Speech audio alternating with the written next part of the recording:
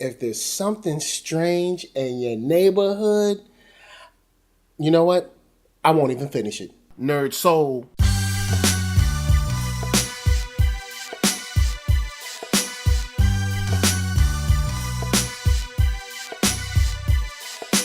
Late Ilk here at OneYoungsta, holding it down, bringing you that street geek and nerd soul. And what is up, my people, today?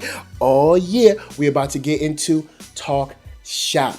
That's right, it's all about comics, having a good time, just kicking it. And it's been a while since I've been able to read something that I guess would get into the supernatural kind of comedy side, and I decided to pick up IDW's The Ghostbusters. I grabbed it on a Humble Bundle a while back, so I got the full series, and I've always seen, art from it, heard people that have read it, really had a lot of fun with it, and I guess I just never got a chance to get into it. But now, for the next couple of weeks, we're going to be talking about Ghostbusters on and off. Matter of fact, over the next couple of months, because I'm going to go over the whole series with you guys. I love Ghostbusters Part 1 and 2. I know a lot of people say Ghostbusters 2 isn't that great. I love it personally, so there's no hate for Ghostbusters 2 here. So, if you didn't know, the IDW series picks up after the second film. And I'm not sure if it includes the video game or not. I don't think it includes the video game. I'm not sure.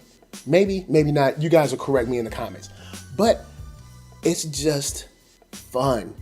And the writing has really captured the tone of this team of paranormal investigators and just the time of New York and Walter Peck and, Janine, they're all back. And it's just so it's a fun read. It really is a fun read. And while I read the book, I listen to the score from Ghostbusters 1 and 2.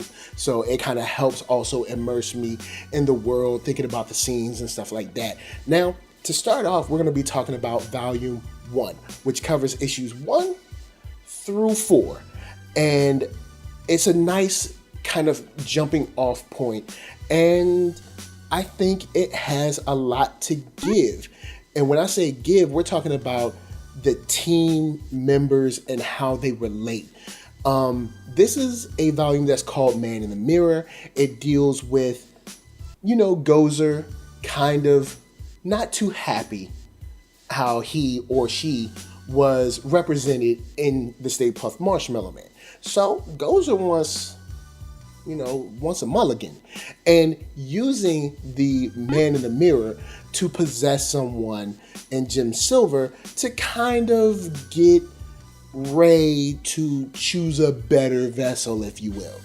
And it's funny because you get to see Ray figure out why he was selected, why he was chosen to be the selector, and what's so special about him. And during these issues, you also see that he has these dreams / premonitions about Jim Belushi's character from the Blues Brothers. And it's just little nods like that. It's cool, it's cute, it's nice, it's heartwarming, it's endearing. You even get to see a reference to Eddie Murphy in these first 4 issues. It's just good, man. It's just well put together. Like, one of the first missions that we deal with is Winston taking a job or another free job for a kid that's dealing with a spook, a specter, or a ghost up in his apartment building. And when we go there, we find out that it's our favorite green friend, but in this case, he's a little bit stronger than he normally is. And that sets off Egon and Ray on their kind of like investigative, detective, kind of researchy kind of side of work. And the banter between Winston and Peter, the responses Egon gives to Peter, how Ray is so excitable, it's just great, man. It works. And you get, like scenes with this large house inside of a small house that it just transforms due to the paranormal activity and the ghost of Ellen Gold and you get some kind of scary moments inside of some comedic tones. And the Walter Peck character is no different than the film. Same bite, same wit, same douchiness as before, and it just works, man. There's some great art. I love Dan Schoening's art. Is it Schoening? I'm sorry. If you're watching this, which I'm pretty sure you're not, well, not, man. It's NERDSoul. Dan Schoening watched this. But I hope I didn't screw up your name, but I probably did. But I promise it was on accident. But I love his work. It has a very animated quality to it, and I love the way it's colored, and even the effects in it. And there's small parts of each issue that kind of show the files on each ghost, which is kind of like cool little tidbits that let you know like their power and where they come from and maybe places they have haunted before. And there's just so much to get inside of this. It just really helps expand Ghostbusters in a way that I couldn't have imagined outside of the movies, and outside of the animated series. And for someone like me that has had this, this group of comics for so long, I'm kind of kicking myself for not reading it sooner, because it really is fun. If you're a fan of Ghostbusters, I think this is for you, yo. You should definitely check out IDW's Ghostbusters. It's a lot of fun. Now, there's a lot more to talk about, but before I move on, I got to remind you guys that I am now on Black Hollywood Live. That's right, the place that you can find online African American content on network. It is so cool. Want to see more? Check out blackhollywoodlive.com, man. It is dope. They have after shows, celebrity interviews, sports talk, geek, nerd, tech, and all that. And from week to week, you can check them out and see what they're doing on youtube.com/blackhollywoodlive. But back to Gozer's return and the world that we're living in New York, because we actually stop for a second and see these two guys talking about Ghostbusters and how they wanted to start their own franchise, but it seems like they just couldn't get anything off the ground.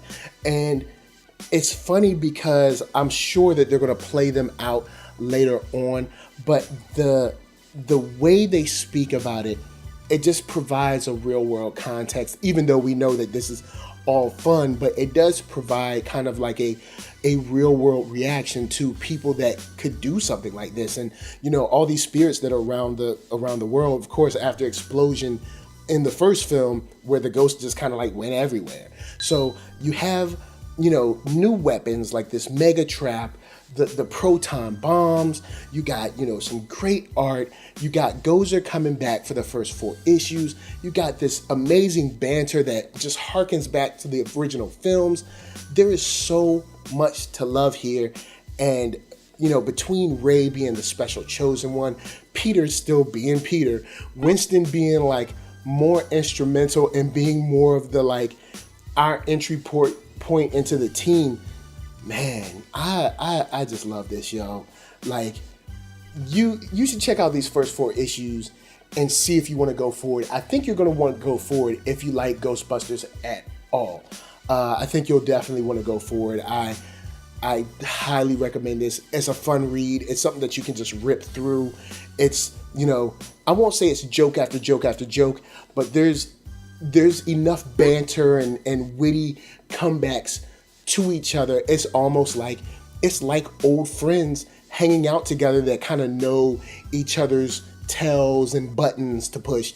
It's a fun read, yo. So before I go any further and spoil this whole first arc for you, check it out for yourself, man, at the link below. And don't forget to hit me up at ThatNERDSoul.com. That's right, you can check all my videos out there, from the oldest, the newest, the latest, the greatest, and all that. And then hit up shop.ThatNERDSoul.com and pick yourself up a t-shirt, player. And don't forget to get one for them playettes. And thank you so much for hollering at me on Patreon. Then come back here, like, comment, subscribe, and share that NERDSoul. See, that is right. There is no other way that I can show people that you like what you are watching. And please don't let me forget to give a shout out to LA, what up, VA, what up, RVA, you got my heart, and check it. Be good to yourselves and be good to each other. And check out that Ghostbusters, man. It's a fun read for real. Peace.